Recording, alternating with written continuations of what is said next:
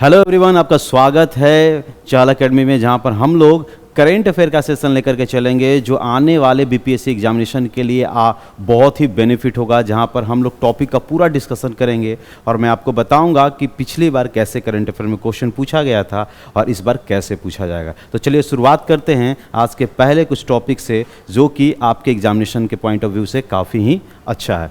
तो एक न्यूज़ यहाँ पर देखने को मिल रहा है हमारे पास कि एक आधार बेस्ड फेस ऑथोरिटिफिकेशंस जो हमारा फेस ऑथोरिटी जो आया है वो कौन से राज्य से आया है, ऐसे क्वेश्चन पूछ सकता है कि कौन से राज्य ने ये सबसे पहले हमारा लॉन्च किया है। तो उसका नाम है हिमाचल प्रदेश। यानी हिमाचल प्रदेश जो है become the first state to introduce Aadhaar based face authentications for distribution of rations under the public distribution system. जो पब्लिक डिस्ट्रीब्यूशन सिस्टम होता है, आप लोग नाम सुने होंगे, जिसके द्वारा हमें राशन मिलता है। आप जानते हैं कि राशन में क्या क्या, जैसे कि चावल मिलता है, गेहूं मिलता है या फिर चीनी मिलता है, वो सब जो राशन सरकार के द्वारा मिलता है, उस राशन के लिए आपको राशन कार्ड लेकर के जाना पड़ता है। लेकिन अब हिमाचल प्रदेश ने कुछ ऐसा कर दिखाया है कि आपको राशन कार्ड की जगह फेस के द्वारा ही, आप अपने मान लीजिए कि राशन कार्ड नहीं, वहाँ पर आप फेस लेकर के ही जाएंगे तो आपका पूरा डिटेल्स पता चल जाएगा कि आपने राशन कब लिया था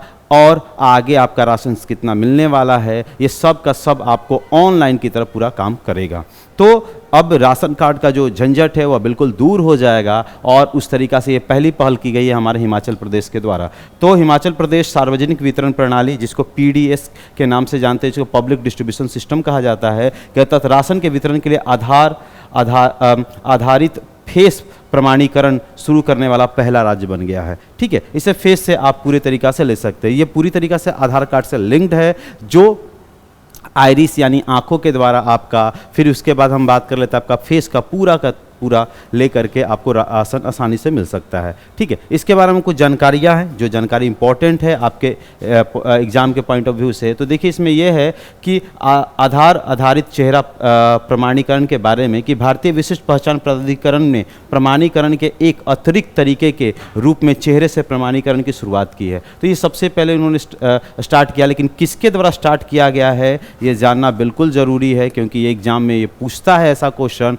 तो किसके द्वारा ये है, तो ये हमारे याद रखेंगे, unique identification authority of India. ये कौन करवाता है? Unique identification of authority of India के द्वारा ये करवाया जाता है। ठीक है, एडिशनल मोड ऑफ ऑथेंटिफिकेशन है ये वाला। ठीक है, इसमें आपको फेशियल इमेज के द्वारा पूरी तरीका से ये देखा जाएगा और ये पूरा डेटा आपका स्टोर्ड रहेगा। जो भी आपका डेटा था कि आपने राशन कब लिया, कितना लेने वाले हैं, कितना आगे मिलने वाला है, ये सब का आपका पूरा का पूरा जो डेटा है सब के सब स्टोर रहेगा। तो ये हिमाचल प्रदेश ने ऐसा पहले किया है। एक बात याद रखेंगे, इसमें हमारा ओटीपी आधारित फिंगरप्रिंट और आइरिस के द्वारा भी ये सब किया जा रहा था, तो उसके तर्ज पे ही ये किया जाएगा। ओके, तो चलिए अब हम नेक्स्ट न्यूज़ की तरफ से चलते हैं। नेक्स्ट न्यूज़ में आया है दुधवा टाइगर रिजर्व के बारे में। ये न्यूज़ काफ़ी इंपॉर्टेंट है और ये दुधवा टाइगर रिजर्व में कई बार एग्जामिनेशन में, आपके बीपीएससी के एग्जामिनेशन में कई बार पूछ चुका है कि दुधवा टाइगर रिजर्व है कहाँ। पहला तो ये क्वेश्चन हो सकता है कि दुधवा टाइगर रिजर्व है कहाँ। तो ये जो टाइगर रिजर्व है ये आपका यूपी में है और कहाँ? यूपी और नेपाल के बॉर्डर पर है। ये एक ऐसा टाइगर रिजर्व है जहां यूपी और नेपाल के बॉर्डर पर है और यहाँ पर एक बहुत ही बेहतरीन न्यूज़ सुनने को आया, बहुत ही गुड न्यूज़ है, जहाँ पे यह दिखाया गया है कि leopard populations in the Dudhwa tiger reserve, जिसको DTR, has grown by 198.91% since 2022। यानी 2022 से लेकर के अभी 2025 तक में हमारा लेपर्ड यानी तेंदुआ की जो संख्याएं हैं 198.91% में वृद्धि हुई है। करीब से करीब 200% की वृद्धि हुई है। एक बहुत बड़ी न्यूज़ देखने को मिला कि इतनी संख्या में हमारे तेंदुआ की वृद्धि हुई है। काफ़ी ज़्यादा आप सुन रहे होंगे कि टाइगर की मृत्यु, कुछ दिन पहले ही एक न्यूज़ में था कि टाइगर की मृत्यु हो गई। कुछ दिन पहले और न्यूज़ में था कि सिमलीपाल में ब्लैक टाइगर ने एक जन्म दिया है। तो उस तरीक़ा से न्यूज़ आते रहते हैं और उसी से आपके बीपीएससी में क्वेश्चंस पूछता है। और अभी इस बार का ये है कि दुधवा टाइगर रिजर्व की बात देखा जाए तो उसमें 2022 से 200% की तेंदुआ की वृद्धि हुई है। अब यहाँ पे ये बात आती है कि सबसे पहले से 2-3 क्वेश्चन ऐसे उठेगा कि दुधवा टाइगर रिजर्व है कहाँ पर, ठीक है। और इसमें क्या क्या इंपॉर्टेंस और यहाँ पर देखने को मिलता है, तो देखिए दुधवा टाइगर रिजर्व की बात करें, जो हमारा भारत के कुछ इंपॉर्टेंट टाइगर रिजर्व है जो यहाँ पर हम लेकर के आए हैं, जो कुछ फेमस टाइगर रिजर्व है जो मैं आपको यहाँ पर बता देता हूँ, जो कि न्यूज में और हमारे क्या बोलते हैं एग्जाम के पॉइंट ऑफ व्यू से काफ़ी इंपॉर्टेंट है, उसमें काफ़ी ज़्यादा पूछता है। पहले पूछेगा बिहार में एक टाइगर रिजर्व कौन सा है, तो मैक्सिमम स्टूडेंट को पता होगा जो बीपीएससी की तैयारी कर रहे हैं, उनको पता होगा कि बिहार में एक वाल्मीकि टाइगर रिजर्व है जो कि बिहार और नेपाल के बॉर्डर पर मौजूद है, जो पश्चिमी चंपारण में मौजूद है। इसका नाम है वाल्मीकि टाइगर रिजर्व। ठीक है, यहाँ ईगल का भी अभी तक प्रशिक्षण चल रहा है। ईगल को हमारे पॉपुलेशन को जानते हैं कि ईगल जो हमारा है उसको पॉपुलेशंस के लिए भी यहाँ पर बहुत सारे ये चलाए जा रहे हैं। उसके बाद हम बात कर लेते हैं कि जो हम दुधवा टाइगर रिजर्व जो आप यहाँ पे देख रहे हैं वो आपके यूपी में है। दुधवा में पीलीभीत भी टाइगर रिजर्व, वो कहाँ पर है, यूपी में। तो पीलीभीत और दुधवा टाइगर रिजर्व बहुत फेमस टाइगर रिजर्व है, वो यूपी में मौजूद है। अब एक और जो फेमस टाइगर रिजर्व को बात किया था, एक राजा जी जो हमारा टाइगर रिजर्व है और एक जिम कॉर्बेट। तो ये दोनों, जिम कॉर्बेट जो टाइगर रिजर्व है और नेशनल पार्क है, भारत का सबसे पहला है और उसके बाद ही बाकी सब का हमारा निर्माण हुआ था। लेकिन इस पीलीभीत और जिम कॉर्बेट के बारे में बात करें, जिम कॉर्बेट का नाम बदल करके रामगंगा कर दिया, क्योंकि ये रामगंगा नदी के किनारे है, इसलिए इसका रामगंगा टाइगर रिजर्व के नाम से भी अब जाना जाता है। तो ऐसे इससे क्वेश्चन पूछते हैं। अब पूछा जाए कि कौन से स्टेट में सबसे ज़्यादा टाइगर रिजर्व है, तो दो स्टेट है यहाँ पर, एक का नाम है एमपी और एक का नाम है आसाम। तो एमपी में आप देखेंगे बहुत फेमस टाइगर रिजर्व है, जैसे कि पन्ना, संजय धुबरी, पलामू तो हमारा झारखंड में पहुँच जाता है, जिसका हमारा बंधवागढ़, कान्हा टाइगर रिजर्व जो सबसे इंपॉर्टेंट, और पेंच टाइगर रिजर्व के बारे में काफ़ी न्यूज में रहता है। तो पेंच टाइगर रिजर्व, सतपुरा, ये सब टाइगर रिजर्व जो है यहाँ पर। फिर इसके बाद में हम बात कर लेते हैं, एक और मैंने बताया कि एक न्यूज़ में जो हमारा टाइगर रिजर्व के न्यूज़ में रहता है, सिमलीपाल टाइगर रिजर्व जो कि उड़ीसा में मौजूद है। और वो टाइगर रिजर्व की एक खासियत ये है कि यहाँ पर ब्लैक टाइगर की एक जन्म हुआ था, तो ब्लैक टाइगर से रिलेटेड न्यूज़ था। तो ब्लैक टाइगर कहाँ पे आ जाता है, तो आपको याद रखने पड़ेगा सिमलीपाल टाइगर रिजर्व जो कि उड़ीसा में है। ठीक है, तो इस तरह से हमारा क्वेश्चंस रहते हैं, पूछने की बात है। तो अगर आपसे पूछा जाएगा कि दुधवा टाइगर रिजर्व कहाँ है, तो ये यूपी में है और किसके बॉर्डर पर, यूपी और नेपाल के बॉर्डर पर मौजूद है। चलिए, तो हमने कुछ टाइगर रिजर्व के बारे में देख लिया। अब हम बात कर लेते आगे कि किसके बारे में बात कर रहा है, तेंदुआ के बारे में बात कर रहा है, जो कि यहाँ पर आपको दिखाई दे रहा है। देखिए एक्चुअली ये तेंदुआ जो है big cat, international big cat alliance का हिस्सा है। इंटरनेशनल बिग कैट अलायंस में 7 तरह के जानवर आते हैं। ठीक है, उस 7 तरह के हमारे जानवर में से एक जानवर आता है जिसका नाम है ये तेंदुआ। ठीक है, ये बिल्कुल तेंदुआ है, लेपर्ड है, ये चीता नहीं है। चीता, तेंदुआ, जगुआर में काफ़ी फ़र्क होता है, वो हम आपको बताएंगे कि चीता, तेंदुआ और जगुआर में काफ़ी फ़र्क होता है। तो आप उसको आप देख सकते हैं कि what is the basic difference between the चीता, टाइगर एंड जगुआर। तो देखिए इसमें बेसिक डिफरेंस क्या होता है, ये क्वेश्चंस कभी कभी ये पूछ सकता है कि क्या डिफरेंस होता है, और जानकारी के लिए भी आपको जानना चाहिए कि आखिर क्या दोनों इन तीनों में डिफरेंस होता है। क्योंकि कोई अगर जू में गए तो सबको एक ही समझते हैं, दिखने में बिल्कुल, दूर से दिखने में बिल्कुल एक जैसा लगता है, लेकिन इसमें बेसिक डिफरेंस है। सबसे पहले इसके डॉट के बारे में डिफरेंस की बात किया जाए, इसमें डॉटेड है। तो जो अगर जैगवार होता है, जैगवार की बात करेंगे, और तो जैगवार में हमारा क्या, उनके डॉटेड जो सर्कल में बनेंगे और बीच में एक डॉट रहता है। लेकिन सबसे पहले, इससे पहले जान लीजिए कि हमारे चीता का क्या है, तब ये जानना आसान होगा। चीता में सिर्फ डॉट रहेगा, इस तरह के डॉटेड है, एक हमारा फिक्स पॉइंट पर ये ऐसे तरह के डॉटेड रहते हैं। ठीक है, और उसके बाद एग्रीगेट डॉटेड रहते हैं, एग्रीगेट पॉइंट पे रहते हैं वैसे डॉट, तो ये डॉट दिखाई देंगे, और उनके फेस पर इस तरह का हमारा मार्क लगा रहता है। ये जो मार्क यहाँ पे देख रहे हैं, इस तरह का इनके फेस पे मार्क लगा रहता है, और के फेस पे मार्क नहीं रहता है। तो पहला डॉट को देख लिया और उनके फेस पे इस तरह से मार्क है। तो चीता में आप देखेंगे ऐसा मार्क रहेगा और साथ में उनके पास ऐसे डॉटेड रहेंगे। दूसरी बात कर लेते हैं लेपर्ड में, इनके पास डॉटेड इस तरह से नहीं रहेंगे, पॉइंट वाइज नहीं रहेगा, सर्कल वाइज डॉट रहेंगे। तो यहाँ पे देखेंगे इनके पास जो डॉटेड दिखाई देंगे वो सर्कल वाइज दिखाई देंगे। इस तरह से आप देख सकते हैं लेपर्ड में, तेंदुआ में सर्कल वाइज। तो अभी तेंदुआ का न्यूज़ था, तो आप देख रहे हैं कि इस तरह के उनका डॉटेड दिखाई देंगे, सर्कल वाइज डॉट दिखाई देंगे। ठीक है, और हम बात कर लेते हैं जैगवार में, सर्कल वाइज तो डॉट रहता ही है, लेकिन उसके बीच में भी डॉट रहते हैं। इनके बीच में डॉट नहीं है, लेकिन इनके इनके साथ बीच में डॉट रहते हैं तो ये जैगवार होता है। तो इसमें चीता में एक स्पॉट रहते हैं, डायरेक्ट स्पॉट रहता है, इनका सर्कल स्पॉट रहता है और इनका सर्कल स्पॉट के साथ बीच में सेंटर में भी स्पॉटेड रहते हैं।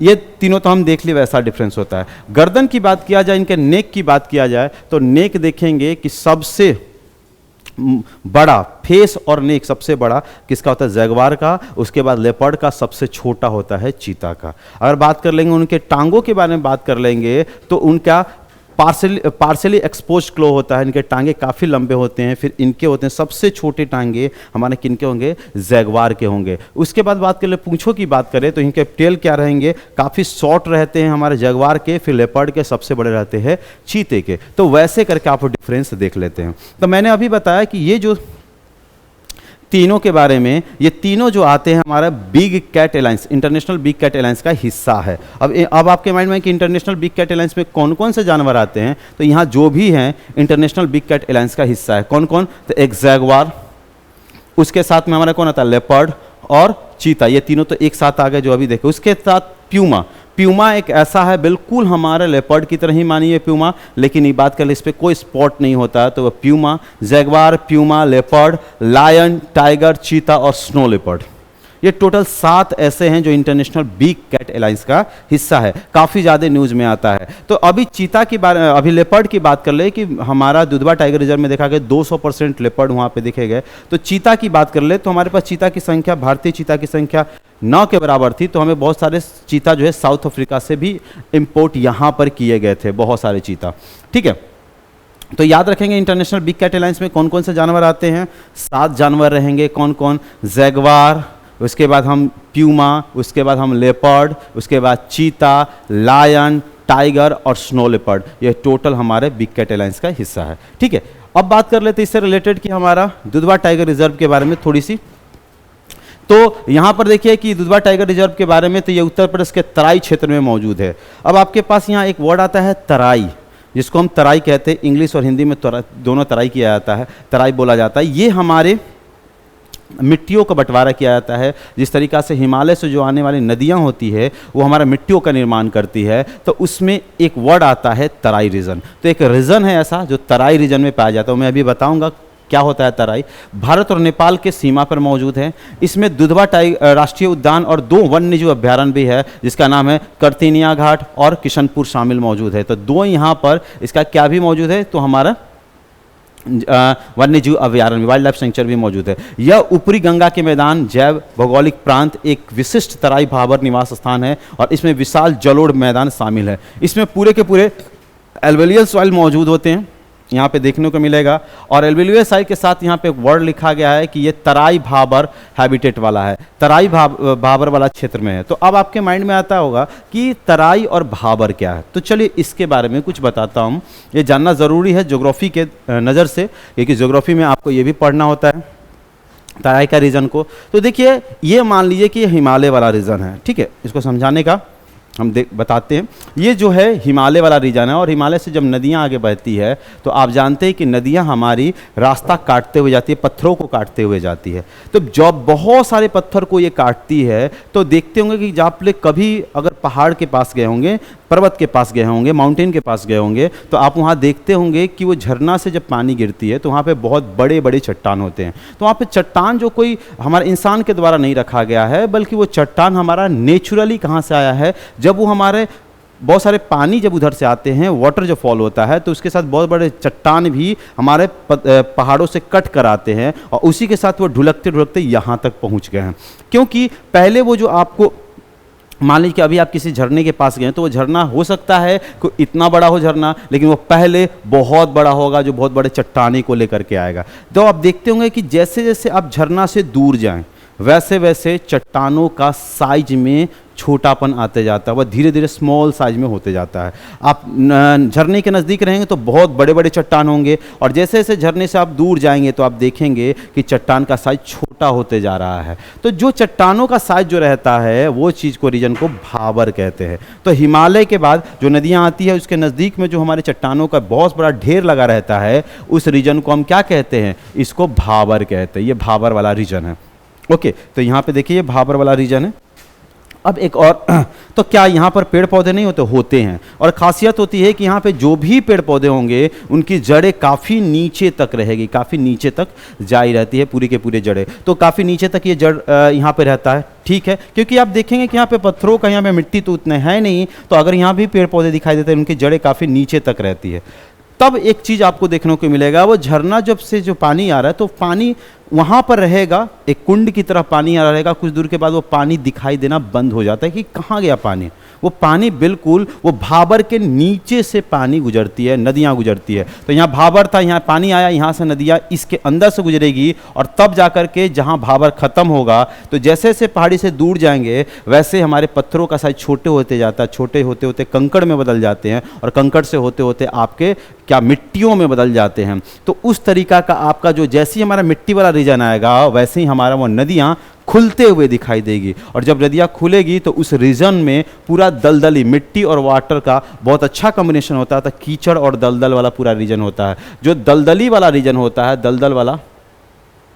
जो दलदल वाला रीजन होता है उस रीजन को हम तराई कहते हैं। क्या कहते हैं? तराई। तो अब दुधवा जो टाइगर रिजर्व है वो तराई रीजन में, क्योंकि हम जानते हैं कि यह हिमालय है और हिमालय के बाद में आप देखेंगे यहाँ से नदियाँ आ रही है और यहाँ पर आप देखेंगे ये पूरा नेपाल वाला रीजन है, ये पूरा नेपाल है। और इसके बाद हमारा कौन आता है? यूपी और बिहार आता है। तो यूपी और बिहार आता है, तो ये वाला रीजन जो किस में आ जाता है? ये सब के सब हमारा तराई वाले रीजन में आ जाता है। ऊपरी वाला हिस्सा तराई वाले रीजन में आता है। तो यही तराई है। उसके बाद जब नदियां हमारा आगे बढ़ती है तो नदियों की धीरे धीरे हमारी चौड़ाई बढ़ती जाती है और वो नदियां में जब बाढ़ आती है तो बाढ़ आने के बाद बाढ़ आना हमारे लिए बहुत अच्छी बात है, क्योंकि इससे मिट्टियों का निर्माण दूर तक फैलता है। तो जो आप बिहार और यूपी में जो मिट्टियों का इतना अच्छा आप देखते हैं, एल्वेली सॉइल मौजूद होता है जिसको हम बोलते हैं जलोढ़ मिट्टी होती है और वहाँ पे सभी चीज़ को उपजाया जाता है। इसका रीज़न क्या है कि नदियाँ जो आती है ये बाढ़ लेकर आएगी। जो बाढ़ लेकर आएगी तो नदियों का पानी यहाँ से यहाँ तक, मैं यहाँ पर दिखा देता हूँ, ऐसे नदियों की पानी फैल जाती है। जब नदियों की पानी ऐसे फैलती है तो याद रखेंगे इस फैलने के कारण बहुत सारे मिट्टियों को लेकर के जाती है, तो इस मिट्टी के कारण हमारा वहाँ का ज़मीन उपजाऊ हो जाती है। तो ये पहले जो हमारा ये नदी थी ये काफ़ी चौड़ी होती है और चौड़ी होने के बाद इसका बाढ़ का पानी काफ़ी दूर तक फैलता है। तो मान लीजिए यहाँ तक बाढ़ का पानी पूरा फैला है, तो इस वाले रीजन को जो पुरानी जहाँ पर बाढ़ आती थी और वहाँ पर मिट्टियों का जमावड़ा था, तो इस पुरानी वाले मिट्टियों को बांगर कहते हैं। क्या कहते हैं? पुरानी। तो ये पुरानी जलोढ़ मिट्टी है, ठीक है। ये पुरानी जलोढ़ एल्वेली सॉइल है, ठीक है, पुरानी जलोढ़ मिट्टी है। तो पुरानी जलोढ़ मिट्टी को बांगर कहेंगे। लेकिन नदियों का अब हमारा चौड़ाई पतली हो गई है। जैसे गंगा नदी की बात करें, काफ़ी पहले चौड़ा था, 25 किलोमीटर इतना लंबा चौड़ा था, लेकिन अब चौड़ाई हमारा मात्र 4 से 5 किलोमीटर हो चुका है। तो अब कम दूर तक वो बाढ़ की पानी जा पाएगी। तो जब हमारा जो बाढ़ की पानी अगर कम दूर तक अभी जाती है, क्योंकि ये नई जलोढ़ मिट्टी है, अभी के बाढ़ से वो आई मिट्टी है, तो इस मिट्टी को हम खादर कहते हैं। जो पुरानी जलोढ़ की मिट्टी है उसको बांगर कहेंगे और नई जलोढ़ की मिट्टी है उसको हम क्या कहेंगे? खादर कहेंगे। और खादर में सबसे ज़्यादा उपजाऊ होती है। तो ये पूछेगा कि सबसे ज़्यादा उपजाऊ कहाँ होती है, तो खादर होती है सबसे ज़्यादा उपजाऊ।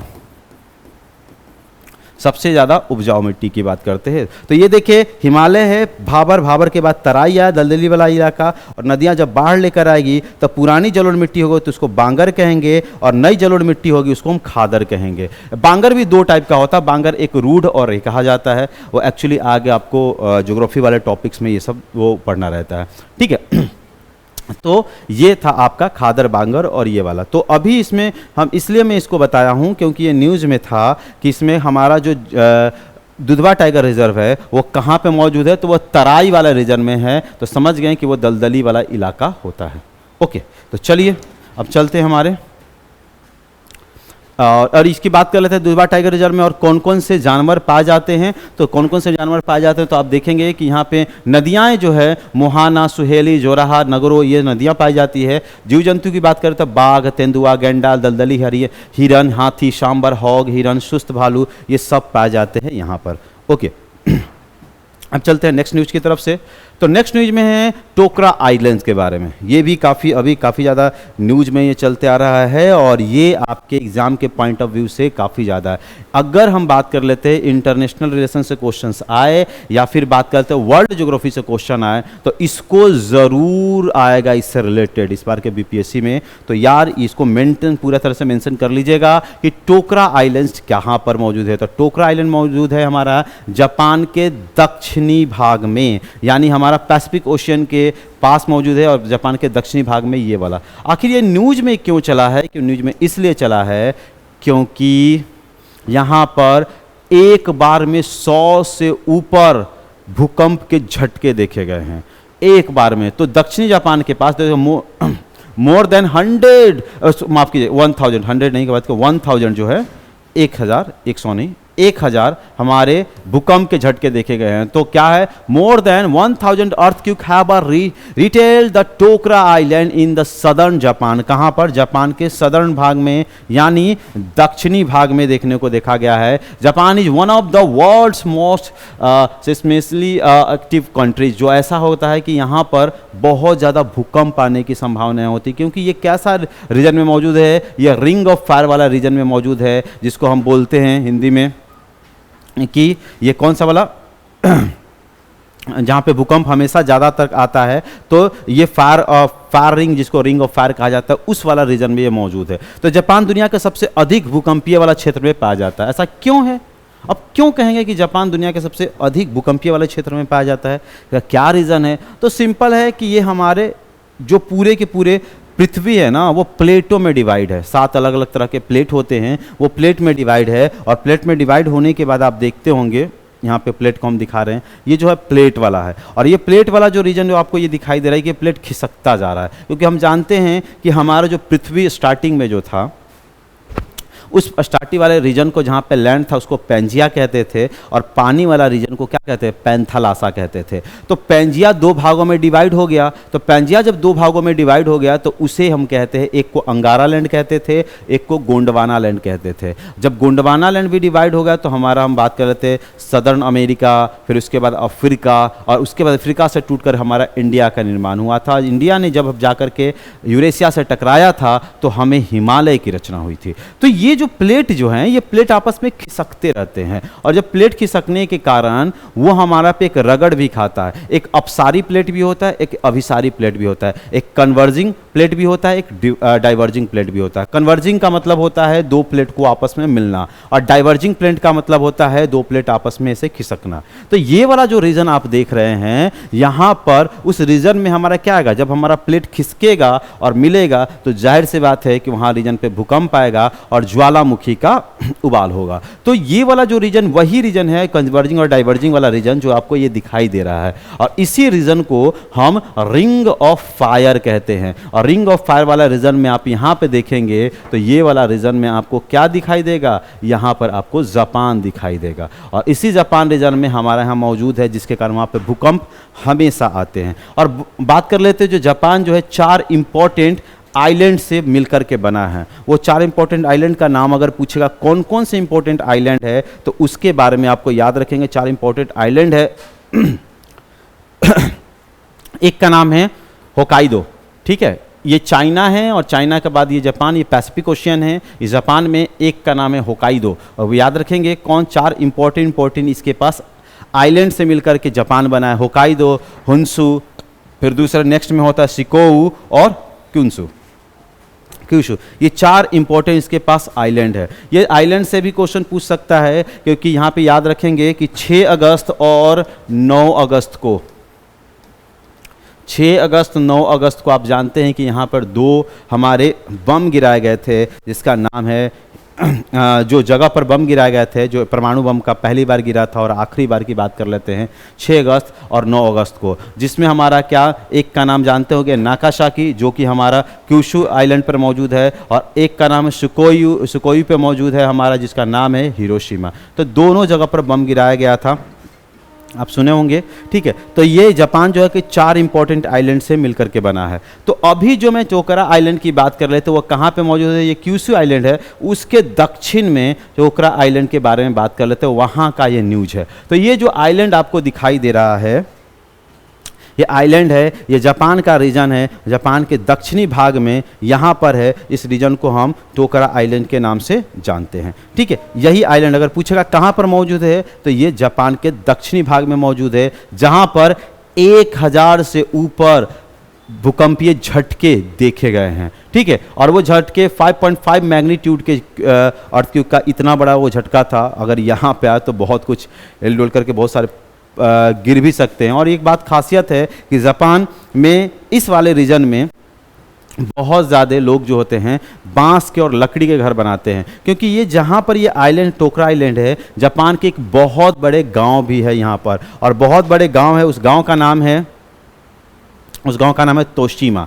ये तोशिमा गांव जो है वो सबसे बड़ा, जापान का सबसे लंबा गांव मौजूद है तोशिमा, जो इसी आइलैंड पर मौजूद है, ठीक है। तो ये टोकरा आइलैंड, तो टोकरा ये जापान में क्यूशू के दक्षिण और अमामी द्वीप के उत्तर में स्थित है, एक द्वीप समूह है। तोशिमा जापान की सबसे लंबा गांव यहाँ स्थित है। यहाँ पर 1000 से ऊपर भूकंपी झटके को देखा गया था, ये न्यूज में है। और ये आपका आइलैंड है जिसका नाम है टोकरा आइलैंड, ठीक है। चलिए नेक्स्ट में अब बात कर लेते हैं। एक इंपॉर्टेंट न्यूज़ है, इसका नाम प्रिया नायर। आप लोग इनका नाम जान लीजिए कि ये CEO and MD of Hindustan Unilever limited के बन चुकी हैं। ये जो प्रिया नायर जो हैं, ये अभी हाल फिलहाल जो हिंदुस्तान यूनिलीवर लिमिटेड है, जितने भी अपने कॉस्मेटिक प्रोडक्ट और जितने भी ऐसे प्रोडक्ट होते हैं जो इंडिया में आते हैं और पूरी तरह से डिस्ट्रीब्यूट किया जाता है, जैसे डॉप का आप लोग जानते हैं, पॉन्ड्स हो गया, और फेयर एंड लवली हो गया, रीन हो गया, जितने भी आप जानते हैं कॉस्मेटिक और हमारे जो होममेड चीज़ें होते हैं, जो घर में यूज करने वाले जो चीज़ें होती हैं, वो अधिकांश हिंदुस्तान यूनिलीवर लिमिटेड के द्वारा आता है। तो उसके अब CEO और MD कौन बनी है? वो प्रिया नायर। ये पहली ऐसी महिला हैं जो कि हमारे हिंदुस्तान यूनिलीवर लिमिटेड की हमारी क्या बनी है, CEO और MD बन चुकी हैं। तो यहाँ पर देखिए लिखा हुआ है उनसे रिलेटेड कुछ कि Priya Nair will be become the chief executive officer, जिसको CEO and a managing director, जिसको MD of Hindustan Unilever Limited. She will take over the position on August 1 अगस्त से 2025 से ही अपना पोजीशन लेने वाली हैं। वो किनकी जगह पे लेने वाली है? तो उनका नाम है रोहित जावा। तो रोहित जावा के जगह पर लेंगे, ठीक है। Priya Nair is currently the president beauty and well being at the Unilever में हमारा ब्यूटी एंड वेल बीइंग के हमारे वो प्रेसिडेंट थी, लेकिन अब वो हमारा CEO और MD बन चुकी हैं। She will be the first women CEO and MD of HUL, Hindustan Unilever Limited की पहली हमारी महिला बन चुकी हैं। रोहित जावा की वो जगह लेंगे। करंट हमारे जो CEO हैं वो 31 जुलाई को रिटायर्ड होंगे, वहाँ से इस्तीफा देंगे, तब हमारी प्रिया नायर वहाँ पे बनने वाली हैं। तो ये आज के न्यूज़ में था। एक और भी, UK GDP unexpectedly falls for a second month in a row, ठीक है। ये हमारा UK में जो है ना, कि UK का हमारा बार बार आप देखने को मिल रहा है कि वहाँ पर GDP की वैल्यू धीरे धीरे वहाँ पर गिर रही है, फॉल कर रही है। तो GDP का आप जानते हैं कि फुल फॉर्म होता है ग्रॉस डोमेस्टिक प्रोडक्ट। आप लोग जानते हैं कि GDP का वैल्यू ग्रॉस डोमेस्टिक प्रोडक्ट में ही काउंट आता है। और यहाँ पे एक बात लिखा गया है UK के बारे में। तो UK जो है वो हमारा 4 अलग अलग देश से मिलकर के बना है। एक का नाम है ब्रिटेन, माफ़ कीजिएगा, 4 अलग अलग देश है। तो उसका नाम है हमारा, UK की बात कर लेते हैं, देश का नाम है, एक का नाम है इंग्लैंड, एक का नाम है हमारा वेल्स, और एक का नाम है आपका स्कॉटलैंड, और एक का नाम है आपका नॉर्थ आयरलैंड, ठीक है। तो ये आपको 4 देश तय करके मिलकर बना है। और UK की बात कर लेते हैं, उनके जो GDP में लगातार गिराव देखने को मिल रहा है। तो GDP क्या होता है? तो GDP जो होता है पूरे देश का ग्रॉस होता है, कितना आपने पूरे देश ने इनकम किया। सपोज दैट मैं आपको समझा लूँ कि इस पूरे के पूरे, अगर मान लीजिए इस कमरे में 10 आदमी लोग मौजूद है, और 10 आदमी लोग ने इस पेन को मिल करके बनाया है, ठीक है। अब इस पेन को मिलकर के बनाया है, तो इस पेन को बनाने में इसकी लागत क्या लगी? मान लीजिए कि 40 रुपये इसकी लागत लगी, ठीक है। अब इसको हम मार्केट पे ले जाएंगे तो 40 रुपये जो लागत है उसको फैक्टर कॉस्ट कहते हैं। कौन सा कॉस्ट कहते हैं? फैक्टर कॉस्ट कहते हैं। अब अगर इसको मार्केट में ले जाएंगे तो इस पर टैक्स लगेगा, तो इनडायरेक्ट टैक्स लगेगा। मान लें कि इस पर 10 रुपये टैक्स लग गया तो 50 रुपये हो गया। और सरकार सब्सिडी भी देती है, मान लें कि सब्सिडी इस पर कोई नहीं लगा, तो टोटल 40 रुपये लागत था, ₹10 इस पे क्या लगा, हमारा टैक्स लगा, तो टोटल ₹50, कोई सब्सिडी नहीं मिलेगा तो कोई माइनस नहीं होगा इसमें से, तो टोटल इसकी ₹50 हो गई। तो हमने पूरे के पूरे 10 लोगों ने मिलकर इस कमरे में इस पेन को, एक पेन को बनाए हैं, तो एक पेन की जितनी लागत होगी वो हमारा जीडीपी होता है, ग्रॉस होता है, वो हमारा जीडीपी, उसकी लागत की जितनी वैल्यू होती है उसको जीडीपी कहते हैं। अब एक नहीं होगा, इसकी जीडीपी एक नहीं होगी क्योंकि एक पेन बना है तो एक नहीं, इसकी लागत कितनी है और इसका हमारा मार्केट में प्राइस कितना है। तो लागत पे देखेंगे तो फैक्टर कॉस्ट पे जीडीपी होगा, तो जीडीपी एट फैक्टर कॉस्ट कितना होगा, ₹40, और जीडीपी एट मार्केट प्राइस कितना होगा, तो ₹50। तो जीडीपी हम किस पर देखना चाहिए, तो जीडीपी एट मार्केट प्राइस पे होता है और एक होता है फैक्टर कॉस्ट पे होता है। तो फैक्टर कॉस्ट पे क्या होता है, जितनी लागत होती है, और मार्केट प्राइस पे उस पे आपका क्या जुड़ा रहता है, इनडायरेक्ट टैक्स और सब्सिडी माइनस रहती है। ठीक है, तो ये जीडीपी होती है, पूरे की पूरे देश ने जितना मिलकर के ग्रो किया, क्या ग्रो किया, तो उनका गुड्स और सर्विसेज में जितना भी उनका वैल्यू होता है, ग्रॉस होता है, उसको जीडीपी कहते हैं। ठीक है, तो इससे रिलेटेड और भी आगे न्यूज रहेगा, फिर हम अगले क्लास में बताएंगे कि जो इंपॉर्टेंट जो न्यूज रहेगा करंट का, उसको लेकर के आएंगे। तब तक के लिए धन्यवाद, take care and bye bye.